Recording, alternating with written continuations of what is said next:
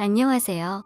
1년 전에 있었던 일을 사연으로 보내보려고 이렇게 사연을 씁니다. 저랑 친구인 녀석이 한 명 있는데요.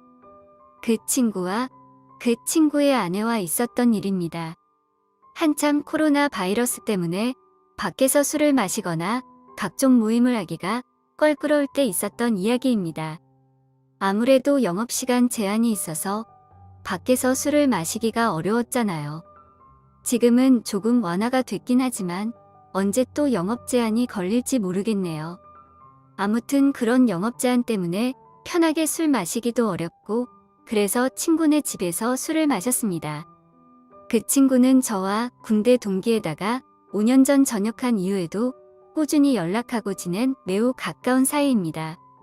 저와 친구는 군대 전역 후에 빨리 취업을 하게 됐고 각자 여자친구가 있어서 빨리 결혼까지 하게 됐네요. 그래서 어린 나이에 집안의 도움을 많이 받아서 빨리 결혼을 할 수 있게 됐고 지금은 나름대로 행복한 가정을 꾸리고 살고 있습니다. 저와 친구가 친한 사이였기 때문에 친구의 아내도 제 아내와 무척 가까웠습니다. 우리는 서로의 집으로 가며 부부 동반 모임을 즐겼지요. 함께 여행도 많이 가고 캠핑도 몇 번 갔습니다. 그렇게 가깝게 지내다 보니까 뭘 하더라도 같이 하게 되는 경향이 좀 생기더라고요. 그러던 어느 날 제가 친구 아내에게 느껴서는 안 될 감정을 느끼게 된 계기가 있습니다. 스스로 생각해도 참 한심하고 위험하다는 생각이 드는데 그때는 참으로 모든 게 혼란스러웠습니다. 문제의 발단은 한 달 전 저녁이었습니다. 우리 부부와 친구네 부부가 백화점에서 쇼핑하다가 우연히 서로를 만났고 함께 쇼핑을 하다가 저녁까지 먹게 된 겁니다. 백화점은 해운대 센텀시티에 있는 신세계 백화점이었는데 거기에 음식점이 많이 있거든요. 워낙에 백화점이 크다 보니 쇼핑하는 데에만 엄청난 시간이 걸렸고 발도 아프고 해서 따로 어디 가지 않고 백화점 안에 있는 식당가에서 함께 저녁을 먹으며 여러 대화를 이어갔습니다. 식사를 거의 다 할 때쯤 친구의 아내가 잠시 화장실에 다녀오겠다며 급히 일어서더군요. 그렇게 5분쯤 지났을 때 마침 저도 화장실이 급해 겸사겸사 일어났지요. 밥 다 먹고 운전도 해야 하는데 본격적으로 운전하기 전에 깔끔하게 화장실 다녀오는 게 좋잖아요. 그런데 화장실을 가던 중 통로 앞에 넘어져 있는 친구의 아내를 본 겁니다. 저는 화들짝 놀라서 친구의 아내에게 달려가 왜 그러냐고 물어봤는데 여기 청소를 해서 그런지 바닥이 너무 미끄러워서 넘어졌다고 하더라고요. 근데 다리가 아픈지 끙끙거리면서 제대로 일어서지를 못했습니다. 그래서 발목이 너무 아프다며 일단은 근처의 의자로 친구의 아내를 옮겼습니다. 저는 친구에게 전화해 지금 재수 씨가 발목을 삐어서 편한 신발을 신어야 할 것 같다며 차에 가서 편한 슬리퍼 같은 신발 있으면 가져와 달라고 말했고 친구가 올 때까지 일단 응급처치를 해야겠다고 생각했습니다. 발목 쪽을 만져보니 통증을 너무 강하게 느끼길래 일단 신발을 벗자고 말했습니다. 그렇게 친구의 아내 신발을 벗기는데 저도 모르게 시선이 친구 아내의 발과 다리로 향하더군요. 제 아내보다 하얗고 일자로 예쁘게 뻗은 그녀의 다리는 저의 시선을 완전히 사로잡았고 그녀의 예쁜 발이 꼼지락거리는 게 너무 눈에 들어오더군요. 발도 정말 작았습니다. 그 작은 발이 너무나 귀엽더군요. 저는 친구 아내의 다리를 보면서도 안 된다고 생각했으나 자꾸만 몹쓸 눈길에 평정심을 잃었습니다. 아프냐고 물어보는 걸 핑계로 저는 그녀의 발과 다리를 주물럭거렸습니다. 그렇게 발목과는 상관없는 곳을 계속 손으로 주무르다 보니 친구의 아내가 이제 좀 그만 만지면 안 되냐고 하는 겁니다. 그래서 저는 당황하며 그런 게 아니라 혹시나 다른 데가 또 아프지 않을까 해서 그렇다며 말도 안 되는 변명을 늘어놨습니다. 그러자 친구의 아내는 피식 웃으며 예뻐서 그렇게 만지는 거 아니냐며 웃음을 보이더군요. 그 후로 저는 친구의 아내와 어깨동무를 하고 쩔뚝거리며 함께 식당가로 걸음을 옮겼습니다. 가는 도중 분위기가 냉랭한 것이 뭔가 서먹했는데 어느 순간 그녀가 제게 이리 묻더군요. 그렇게 발이랑 다리를 주물럭거릴 정도로 예뻤냐고. 다음에 술 한번 사줘야겠다면서 기분이 좋다는 걸 표현하더군요. 그러면서 저에게 자신의 휴대폰 번호를 가르쳐준 친구의 아내. 얼떨결에 저는 친구 아내의 핸드폰 번호를 땄습니다. 친구는 어떻게 된 일인지 저희에게 물었습니다. 화장실 앞에 청소를 해놔서 그런지 물이 흥건했는데 구두를 신고 있어서 미끄러진 것 같다고 말했습니다. 그렇게 재수 씨는 슬리퍼를 신었고 친구는 제게 고맙다는데 순간 그 친구에게 미안하더군요. 저는 친구 사이에 고마운 게 뭐가 있냐며 괜찮다고 했더니 이번 저녁은 자기가 무조건 사겠다고 합니다. 화장실에 다녀온 저는 다시금 후식을 먹기 위해서 숟가락을 들었고 제 아내와 친구 아내와 함께 즐거운 대화를 이어갔습니다. 그날은 술도 빠지지 않았지요. 그렇게 즐겁게 마무리를 하고 집으로 돌아왔습니다. 그 뒤로 3일 정도가 지났을 때 이상하게 자꾸 그녀가 생각나서 결국에는 연락을 해봤습니다. 발은 괜찮냐고, 병원 안 가봐도 되겠냐면서 그런 시시콜콜한 문자를 주고받았어요. 각자 배우자도 있는 사람들이 이게 뭐하는 짓인가 싶겠지만 무언가 서로를 끌려하고 있다는 게 느껴지는 그런 기류가 있었습니다. 그렇게 우리는 일주일 넘게 배우자 모르게 서로의 연락을 은밀히 주고받았습니다. 어쨌건 그렇게 연락을 좀 하는데 친구 아내가 저에게 매우 적극적이라 혼란스러웠습니다. 문자를 몇 번 주고받지도 않았는데 그 뒤로는 요즘에 뭐 하는지, 별일 없는지, 시간 있으면 술 한잔 하자는 식으로 여러 번 말을 하는 거예요. 그렇게 친구의 아내를 따로 만났습니다. 이렇게 친구의 아내와 밖에서 따로 만나는 건 확실히 바람피는 기분이 들어서 최대한 그런 느낌을 주지 않으려고 노력했습니다. 아내 얘기를 많이 했고 앞으로 아이 계획도 얘기하면서 최대한 상대방과 거리를 두려고 의도적으로 노력했죠. 그리고 서로의 대화가 한참이던 때 느닷없이 뭔가가 제 아래를 덮친 겁니다. 그녀의 발이었습니다.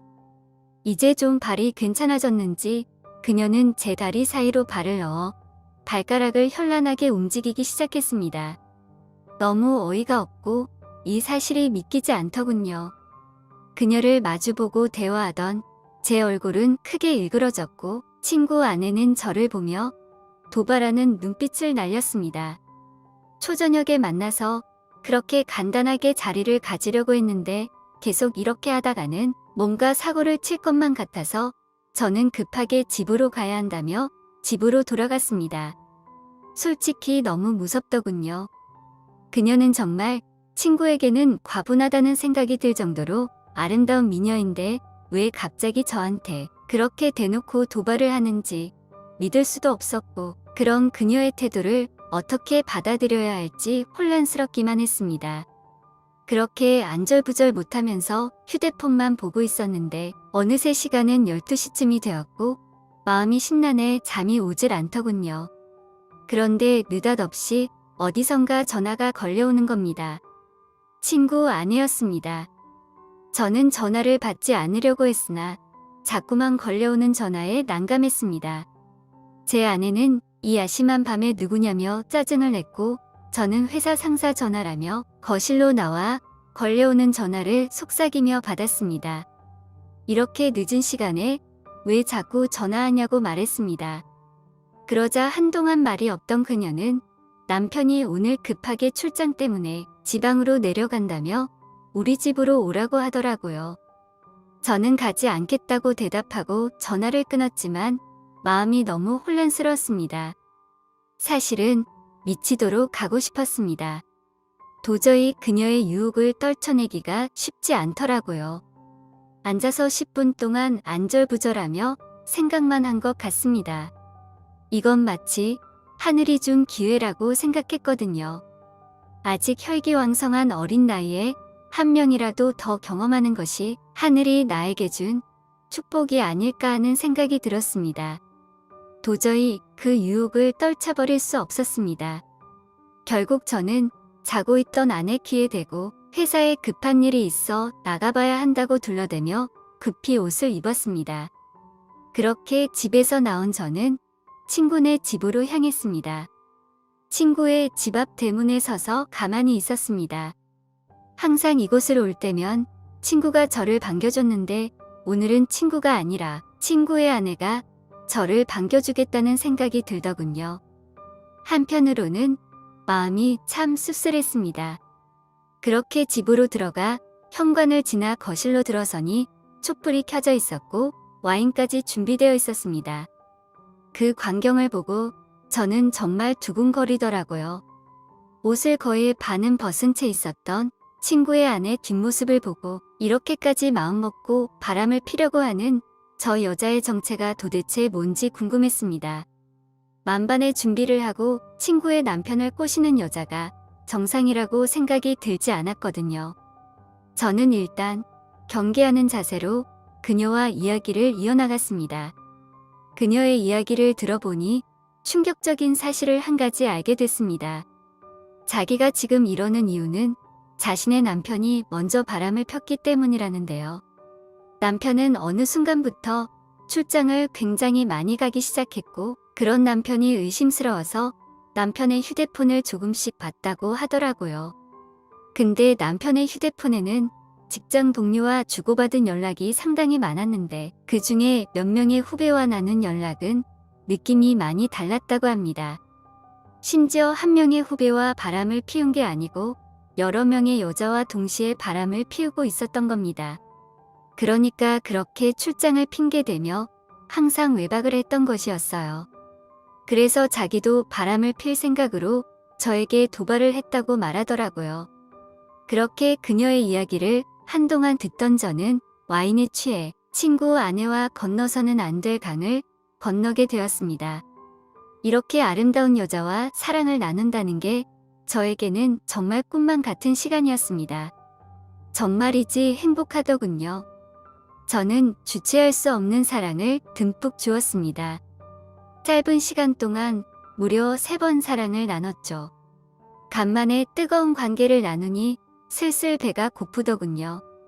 친구 아내는 찬밥밖에 없다며 배달 음식을 시켜주겠다고 했으나 저는 김치가 있다면 그냥 볶아달라고만 했습니다. 음식 투정 부리지 않고 잘 먹는다면서요.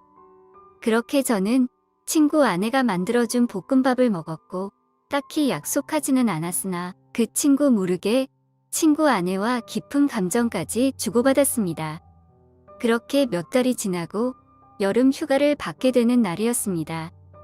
제 친구 녀석은 아니나 다를까 여름 휴가를 받아놓고는 또 장기 출장을 핑계로 누군가와 제주도 여행을 갔더라고요. 그동안 저도 궁금해서 친구에게 이런저런 이야기를 들었는데 저에게 자신의 외도에 대한 이야기를 다 하더라고요. 그래서 저는 이미 친구가 뭘 하는지 확실하게 알고 있으니 마음 편하게 친구의 아내와 바람을 피기 시작했습니다. 어쨌건 저도 출장이 있다고 제 아내를 속인 채 친구네 집으로 들어갔습니다. 아내도 간만에 친정에 다녀온다더군요. 저는 점심도 먹지 못한 채 친구네 집으로 달려왔고 그곳에서 친구 아내와 즐거운 행각을 벌이다 그녀가 차려주는 볶음밥까지 얻어먹었습니다. 남녀 사이는 정말 복잡하고 어려운 것 같습니다. 이제는 뭐가 옳은 일인지 구분도 안 됩니다. 누가 먼저 잘못을 했고 누가 누구한테 상처를 준 것이 더 이상 아무 의미가 없다고나 할까요? 그냥 저는 지금 이 순간을 최선을 다해 즐기려고 마음먹고 있습니다. 즐겁고 신나네요.